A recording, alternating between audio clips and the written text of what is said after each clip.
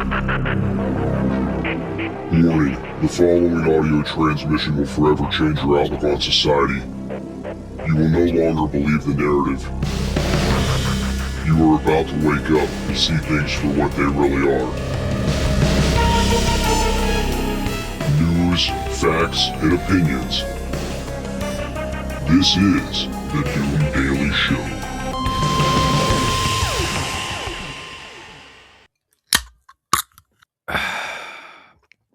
Ladies and gentlemen, welcome to the Doom Daily Show. I am your host, Jester Dooms.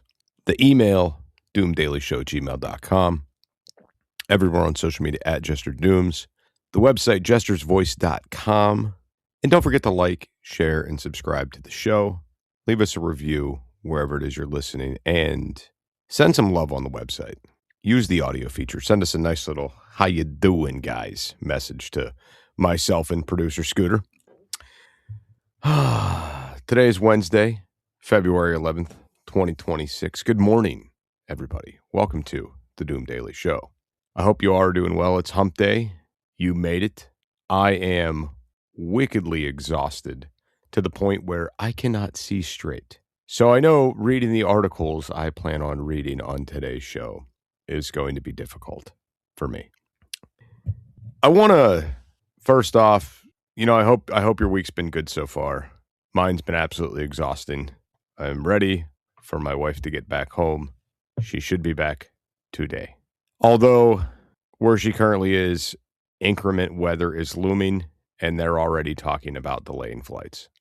So I'm not looking forward to a phone call or a text message from my lovely wife that says, "Hey, I'm not going to be back till Thursday." Not looking forward to that.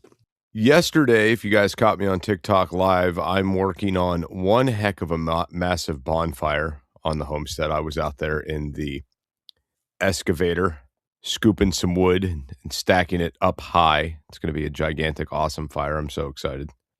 My block guy came back. Now, I told you guys that I was having an issue with progression, trying to get the guy to kind of get moving. I wanted to, light a fire under him as quietly and like as subliminally as possible without setting the guy off and having him be like, "You know what? I don't need your money. I quit this job," and then I'm stuck. Over the course of time that he's been here, I have learned that if I tell him, "Hey, I need to have this done by such and such date because this other thing is happening," that means nothing to him. It means nothing. So I figured out something a little bit more tactful. And what I did was I simply scheduled inspections on certain dates and said, "Hey, just a heads up, the inspector's coming on this day to inspect this, so we have to get done with this by this date." Now, in doing that, that opens me up to another avenue of what I have to do moving forward, right? That opens me up to do more. Now, the reality is I can push an inspection back if that's the case, but I don't think that he's going to push back and say, "Hey, we can't meet that deadline." Now, I had sent him the information Sunday, I think it was Sunday evening, that, "Hey, I got a date set for an inspection, so we have to get things done by that date." And I didn't hear anything back from the guy for almost 24 hours. He didn't show up that day. It was a day he could have worked, he didn't show up. Rolls in today rolls in yesterday. Hopefully he's going to roll in today. And I told him about the deadline, and I said, he responds with, "Well, we might make that deadline."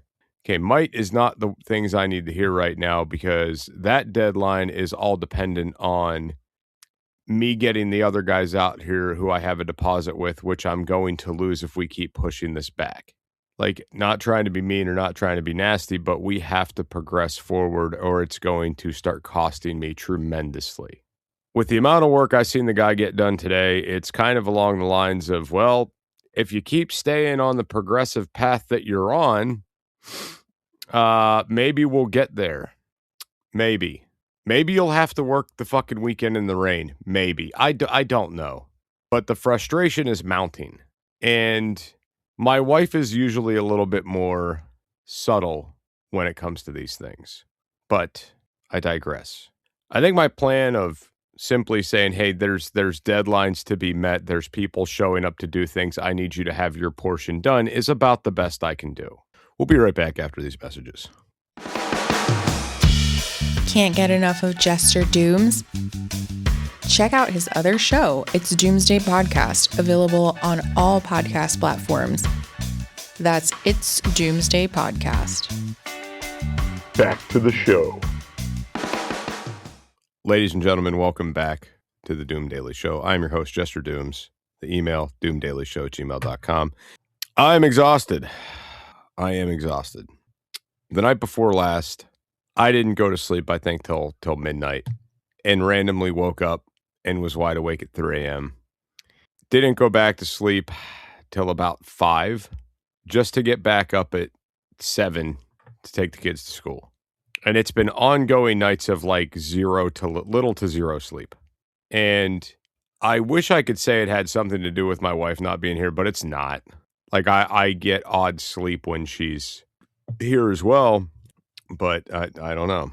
But if you want to hear something that's going to make you lose some sleep, this is late breaking. Okay. 10 dead, including suspect after active shooting incident in British Columbia. That's right, our neighbors to the north. It's by Paul Rowan Bryan on the Epic Times. The RCMP said 10 people, including the suspect shooter, are dead and more than 25 others injured after a school shooting at Tumbler Ridge Secondary School in northeastern BC on February 10th. 2 of the injured are reported to be in life-threatening condition. Authorities said the suspect is believed to have died from a self-inflicted injury. Police responded to a report of an active shooter at the school around 1:20 p.m. local time and found 6 people and the suspect dead, while another victim died en route to hospital. 2 victims with life-threatening injuries were airlifted to hospital. Police said they later discovered 2 more deceased individuals at a secondary location described as a residence connected to the school shooting. Officers are conducting further searches of additional homes and properties to determine whether anyone else may be injured or otherwise linked to today's events, the RCMP said. Residents of the town of Tumbler Ridge, around 2 hours from Dawson Creek, BC, had earlier been told to stay indoors as more police resources were sent there from detachments in the neighboring area. The RCMP lifted the shelter-in-place order at 6:45 p.m. local time. Trent Ernest, publisher and reporter at local news outlet Tumbler Ridge Lines, told the Epic Times in an interview that the community received alerts on their phones in the afternoon. The alerts seen by the Epic Times described the suspect as a female in a dress with brown hair. Ernest, who formerly taught at the high school in town about 6 years ago, said that people in the small town know who likely did the shooting, but are not able to officially report it. He added that students from the high school were evacuated and told to gather at a community center. In quotations, the kids from school have been released to go to the community center, and almost all the parents have gone to the community center. But when they arrive in the community center, they're being put on lockdown too, he said, before the lockdown was lifted. Dawn Wagner, who serves as coordinator of the town's youth center, said she's been in touch with one of the students from the high school who survived the shooting. In quotations, I'm communicating with one of the students, but she was locked down in a classroom with her teacher and other students. And she doesn't even know who was shot, Wagner said in an interview with the Epic Times.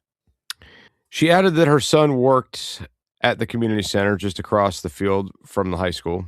She said he had just gone outside to clear some snow around the curling rink when he heard the intruder alert sound at the high school and then saw police vehicles and first responders approach with lights flashing. George Rowe, who serves as pastor at the Tumbler Ridge Fellowship Baptist Church, said he has been in contact with parishioners and friends during the day as the town deals with the unfolding events. In quotations, we've been in contact with many of our parishioners and friends to make sure they're doing okay. Too kind of our great head wrapped around this, Rowe said in an interview with the Epic Times. Rowe said there has been several lots of rumors about what's going on and who may be responsible, but noted that he can't make any kind of comments on that. Rowe said that the community has always been a quiet and peaceful place to live without anything of this kind happening before. My wife and I and family We've been here for 35 years, and we raised our kids here and our grandkids, and we've never had anything like this happen before, he said. It's been a very quiet community, a loving community. Tumbler Ridge has a population of around 2,389, according to the last available census figures. And the nearest RCMP detachment is at Chetwynd, BC, about 1 hour drive north. Peace River South School District 59 said in February 10th statement that the school will be closed for the rest of the week. The district will make supports available, and once we have the locations for where the supports will be, we will put that information on the social media, the school district said. BC Premier David Eby expressed his sympathies over the tragedy and said the province will support the community. Our hearts are in the Tumbler Ridge tonight with the families of those who have lost loved ones, Eby said. Government will ensure every possible support for community members in the coming days as we all try to come to terms with this unimaginable tragedy. BC's Minister of Public Safety, Nina Krieger, said the tragedy has sent shockwaves through the entire province. My thoughts are with the victims, their families, and the entire Tumbler Ridge community, Krieger said. We will deploy every resource to support the investigation and the people of Tumbler Ridge. BC Conservative MLA Larry Newfield, who serves the riding of Peace South, which contains Tumbler Ridge, said he's helping to ensure communities receive all the resources it needs. In quotations, I've been in direct contact with the Solicitor General to receive updates and to ensure all necessary provisional resources are being made available to support local law enforcement and emergency responders, Newfield wrote in a February 10th statement. Tumbler Ridge Secondary School has 175 students from grades 7 to 12, according to the Providence government. Tumbler Ridge, located in the foothills of the Rocky Mountains, close to the Alberta border, was built in the coal industry and was incorporated in the early 1980s. I've got so much with this.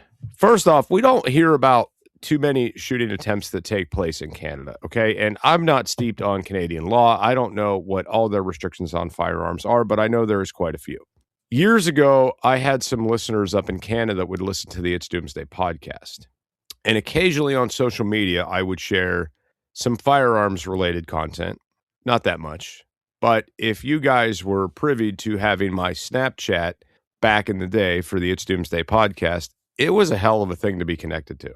Because I would go on there and I would chat with you guys and we would share pictures of, prepper things and different things that we were doing and different projects we were working on. And I got some cool stuff sent to me in the mail, and it was a good time. That was like the heyday of It's Doomsday podcast. Now, at that time, I worked a regular day job. So a lot of the listeners would help prevent boredom at work when I was running like automatic machines and shit. So thank you to those listeners if you're still out there somewhere. But I say that to say this. A couple of pieces of content I posted over there, a couple of my Canadian listeners were like, we can't have that shit here.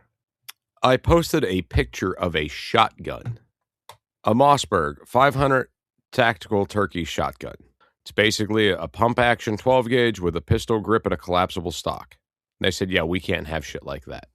And I'm like, that's a pretty mild thing here to own. There's no permitting required for that. There's no special licensing required for that. It is a regular shotgun with a pistol grip and a 6-position collapsible stock. That is not by any means wild or crazy. So I want to follow this story for the rest of the week here and kind of see what breaks out of this. Was this person a trans person? What kind of firearms did they have access to? Were they supposed to be medicated and they were off their meds? Were they over-medicated? Was this person an immigrant to Canada? Now, I thought it was funny in the article as we read along there that they referenced that it was a small town and that some people think they knew who it was. But, I mean, it makes you wonder if it's just Canada's turn for the school shootings. And for those of you that don't know, April is the darkest month in history, and there's going to be some things coming up. We've got about 2 more months, and we're going to be in the shit in the media with tragedy. It's coming. It happens every year. Something goes on. It's just how big is it? Is it going to be like an incident like this or something more drastic? I don't particularly like getting into I don't want to use the word prediction of school shootings because that's not the right word, but I don't like talking about the could be side of that. I'm a big believer of manifestation, and we don't want to bring anything. We don't want to cause anything to happen. We don't want to bring anything to fruition. So it's not something I want to talk about, you guys need to be worried about, or et cetera, like I normally do with other stuff. Because if you've listened to the show long enough, you know that we talk about something and as sure as shit, it fucking happens. I don't know if I just have a better beat on things than everybody else does, or if somebody high up is listening. I don't know, but it's very fucking bizarre. And if you've been listening to the show for a while, you know it's fucking true. You don't want to admit it. You don't want to say it, but deep down, you know it's a thing. That either A, we're manifesting shit, B, I got a really good handle and a very clear perspective of where the fuck we're going, or somebody high up's listening. And no, I'm not fucking psychic, because if I was, I would not be doing this show here. I would have probably hit the lottery and I've been doing a much bigger show somewhere else maybe. I don't know. Anyway, we'll be right back after these messages.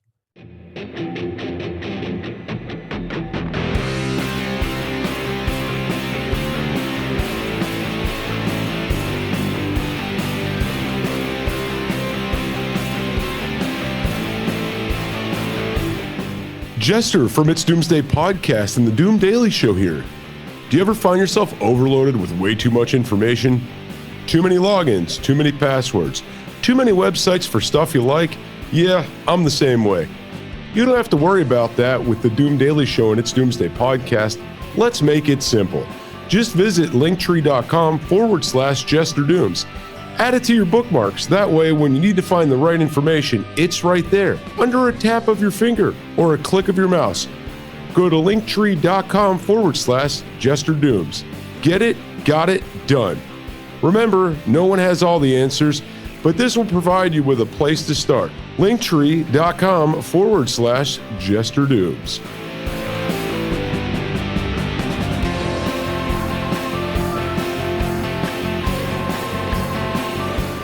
And now, on with the conversation. And here's Jester. Ladies and gentlemen, welcome back to the Doom Daily Show. I am your host, Jester Dooms. The email, doomdailyshow@gmail.com. Everywhere on social media @JesterDooms. Thank you for tuning into the show. Appreciate you. All right. This was something I wanted to cover, but we went on a whole tangent on yesterday's show. And yes, it is ICE related. Federal judge blocks California law mandating ICE agents remove masks, by Jill McLovin on the Epic Times. A federal district court judge partially blocked a California law barring law enforcement officers from wearing masks in a February 9th ruling, finding that the law discriminated against federal officers. Judge Christina Snyder of the U.S. District Court for the Central District of California ruled in favor of the Trump administration, prohibiting the state from enforcing its No Secret Police Act, which was scheduled to go into effect earlier this year against federal law enforcement officers. The federal government sued California, challenging that the law and other law, the No Vigilantes Act, which requires federal officers to wear identification. Snyder ruled that the second law was non-discriminatory. Okay, so I want to say something real quick. Law enforcement officers should have to identify themselves to the people that they're interacting with to a capacity. Officer Smith, here's my badge number. That's about it. That's it. And you want me to tell you why? Because you have an entire internet base with psychopaths watching videos all goddamn day long, looking for a reason to do something stupid. So if it was, my name is Officer John Smith and I live at 123 California Avenue, fucking, Morganton, West Virginia, blah, blah, zip code, then there's a good chance some internet dickhead is going to see his face, figure out where he lives based on the address that's provided in whatever video went up, and then is going to go to this man's house and do great chaos, damage, bodily harm to him or his family or children. So that's why. That is why. Anyway, I wore, every detail that I worked. I wasn't really required to wear identification on a lot of them, but there was quite a few where I did have to wear identification. Okay. And it wasn't for the idea of citizens recognizing who I was. It was so the idea of like, hey, are you actually fucking supposed to be here? Like, yeah, I am. Look, here's my ID. Anyway, California has agreed to pause enforcement of the laws, which went into effect on January 1st. While the Trump administration challenged them in court, Attorney General Pam Bondi praised the court's decision on February 9th. These federal agents are harassed, doxxed, obstructed, and attacked on a regular basis just for doing their job. Bondi posted on X, "We have no tolerance for it. We will continue fighting and winning in court for President Donald Trump, law and order agenda, and we will always have the backs of our great federal law enforcement officers."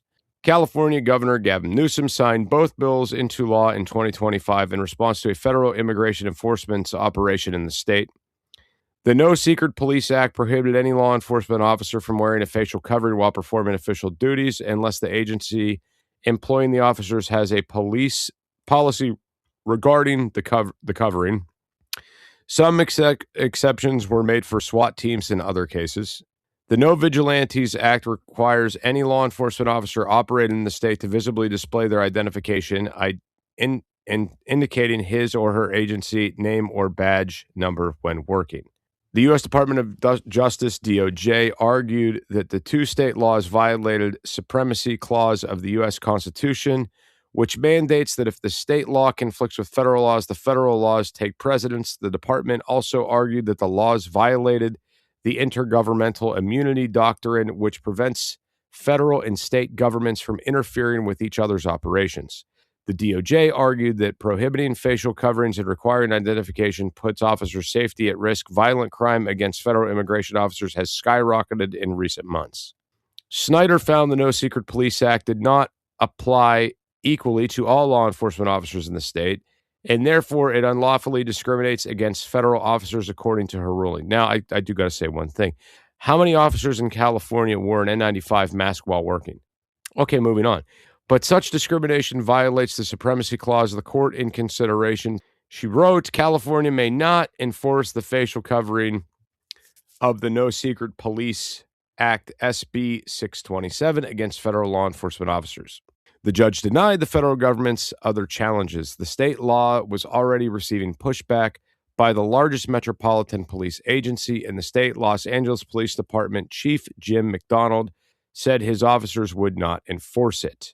The reality of one armed agency approaching another armed agency to create conflict over something that would be a misdemeanor at best or an infraction, it doesn't make any sense, McDonald said during a news conference on January 29th. It's not a good public policy decision, and it was well thought out, in my opinion. California Attorney General Rob Bonta did not return a request for comment on the ruling. Okay, there you go. I'm exhausted. I have no idea what my plans are for the day, by the way. Not a clue. Hopefully get a nap in, because I think I freaking need it. Anyway, I stand by the idea that if a law enforcement officer operated in this capacity wants to protect their identity, I feel like they should have every right to do so. I mean, hell, they are a sworn officer. They went through an academy. We are entrusting them to protect us and do their job effectively. Now, do you want an officer out there on the street worried that he's going to get caught on somebody's cell phone and he's out, 500 miles from home sweating bullets at night because he knows his family is at home unprotected? Yeah. When you put it in that perspective, wear the fucking ski mask, dude. Wear the fucking ski mask. That's all I got to say. Ladies and gentlemen, thank you for tuning in to today's show. I hope you have a fantastic Wednesday. Producer Scooter done fell asleep on me over there in the corner. I think he needs a nap as well. Don't forget to like, share, and subscribe, and we'll be back for another exciting episode of the Doom Daily Show tomorrow. Have a great day, everybody. News, facts, and opinions.